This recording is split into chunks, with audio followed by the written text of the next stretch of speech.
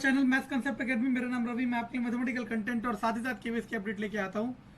तो आप लोगों में से बहुतों को ऐसा लग रहा होगा कि फ्री का कंटेंट अब इसने देना बंद कर दिया क्योंकि ये पैसे कमाने लग गया। पैसे मैं यूट्यूब में आने से पहले से ही कमा रहा हूँ, ठीक है ना। तो ऐसा कुछ नहीं है, बस वही है कि आप लोग देख ही नहीं रहे, सपोर्ट ही नहीं कर रहे। सब्सक्राइबर बढ़ना तो दूर, घटने की बारी आ रही है, ठीक है ना। तो इसीलिए ये सब चीज़ें मुझे मोटिवेट नहीं कर पा रही है। लेकिन एक सब्सक्राइबर ने कल मैसेज किया कि सर मैं आपके भरोसे ही डिपेंडेंट हूँ यूट्यूब पे, आप प्लीज़ कंटेंट को जारी रखें। तो इसलिए मैं ये सीरीज़ दोबारा स्टार्ट कर रहा हूँ और आपसे उम्मीद करता हूँ कि आप लोग इसे सपोर्ट करेंगे, वरना मेरे पे कोई वजह नहीं है इसे कंटिन्यू करने की। चलो, क्वेश्चन नंबर 1 वो कह रहा है कि ये रहा, ये वेलोसिटी दिया है, ये टाइम दिया है। कह रहा है कौन सा ग्राफ हो, कौन सा मोशन है। पहला uniform velocity, non uniform velocity, rest. Rest तो होगा नहीं, क्यों? मान लो वेलोसिटी की वैल्यू 10 है, तो पूरे रास्ते 10 का मतलब क्या है कि वो 10 की वेलोसिटी से चल रहा है। अब आप कहोगे सर आपने तो ऐसा ही एक ग्राफ बताया था कि ये रेस्ट वाला है।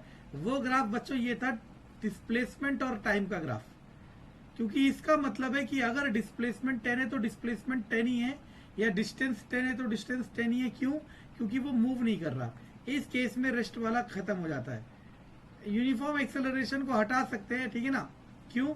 क्योंकि वेलोसिटी कांस्टेंट है। अगर देखा जाए तो कौन सी वेलोसिटी है? Constant velocity. और हमने बता रखा है कांस्टेंट वेलोसिटी में एक्सेलरेशन क्या होता है? 0। आपको एमसीक्यू क्वेश्चंस को इस तरीके से डील करना है कि आपको सिर्फ आंसर ही नहीं बताना, जो गलत ऑप्शन है या जो गलत है उसको भी एक्सप्लेन आपको आना चाहिए। अब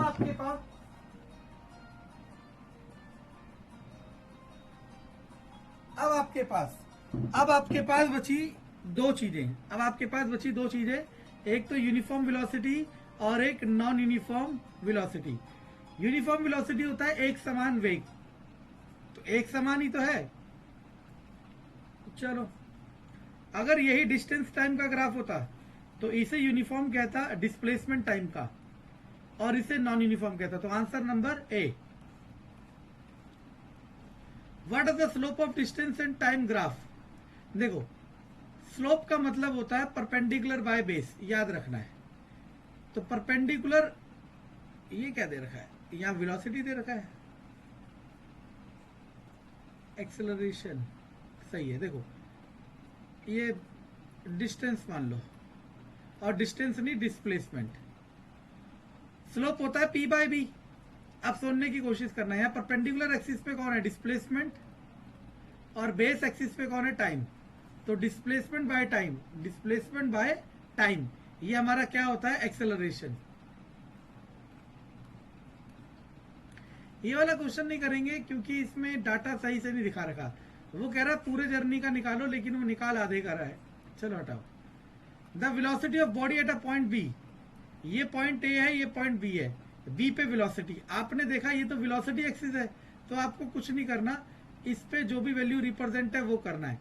तो देखो 40, इससे पहले वाला 38, इससे पहले वाला 36, फिर 34, फिर 32, फिर 30। तो आंसर हो गया 36।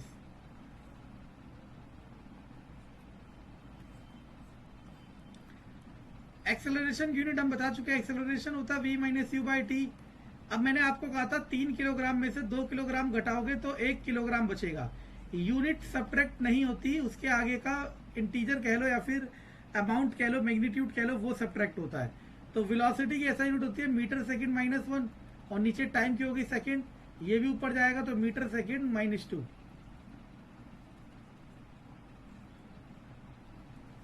एवरेज वेलोसिटी याद रखना, एवरेज वेलोसिटी का फॉर्मूला होता है u प्लस वी बाई 2। लेकिन हम इसे ऐसे भी सॉल्व कर सकते हैं, total displacement divided by total time. तो ये तो दिया नहीं है, तो इसी को हिट करना पड़ेगा। आपको पता होना चाहिए ये इक्वेशन ऑफ मोशन है, ये भी इक्वेशन ऑफ मोशन है। हालांकि ये फॉर्मूला जो आपको दिख रहा है Sn equal to u plus a by 2n minus 1, ये इतना इंपॉर्टेंट फॉर्मूला है, मैं इसकी अहमियत समझाने की कोशिश करता हूँ। आपने मानो यहां से मोशन स्टार्ट किया और मैं पूछ लूं 10 सेकंड में कितना ट्रेवल किया, तो 10 सेकंड में जितना ट्रेवल किया वो आपकी क्या हो जाएगी डिस्टेंस। लेकिन अगर मैं पूछ लूं 10th सेकंड में कितना ट्रेवल किया, मतलब जो 10वां सेकंड होगा सिर्फ उसमें कितना ट्रेवल किया, तब ये फॉर्मूला लगता है, जो कि बहुत बहुत बहुत यूजफुल होता है और बहुत ज्यादा पूछा जाता है।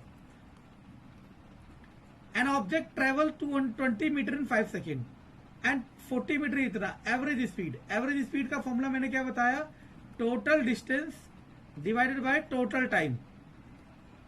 डिस्टेंस हो गया 60, टाइम हो गया 10, आंसर आ गया 6।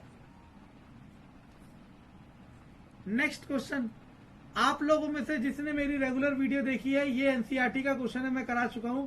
और जो मेरा पेड कोर्स का स्टूडेंट है, जो भी मेरा पेड कोर्स का स्टूडेंट है, ध्यान से सुनना, ये क्वेश्चन आपको अभी करना है और हम इसको करा चुके हैं। इसका आंसर है 10√2,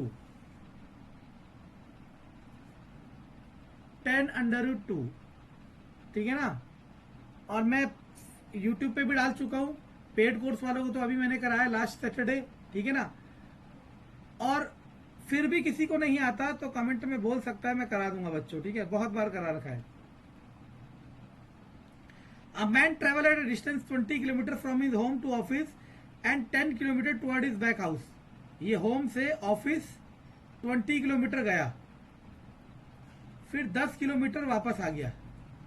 डिस्प्लेसमेंट पूछ रहा है, तो सिंपल है, ये पूरा 20 था, ये 10 है, तो इनिशियल पॉइंट हो गया ये, फाइनल पॉइंट हो गया ये। डिस्प्लेसमेंट होता है शॉर्टेस्ट पाथ, तो आंसर आ गया 10 किलोमीटर। और आप इसे ऐसे भी देख सकते हो, इस तरफ को पॉजिटिव कंसीडर कर लो, इस तरफ को नेगेटिव, तो 20 हो गया प्लस का और 10 हो गया माइनस का, तो आंसर आ गया 10 किलोमीटर। आप चाहे जैसे कर लो, आपको यही करना है, ठीक है ना। Acceleration is a vector quantity which indicate it's value. सुनना, मैंने आपको क्या कहा था, एक्सेलरेशन पॉजिटिव भी हो सकता है, एक्सेलरेशन नेगेटिव भी हो सकता है, एक्सेलरेशन जीरो भी हो सकता है। जीरो कब होगी, जब कांस्टेंट वेलोसिटी होगा। नेगेटिव को हमने क्या नाम दिया था, रिटार्डेशन।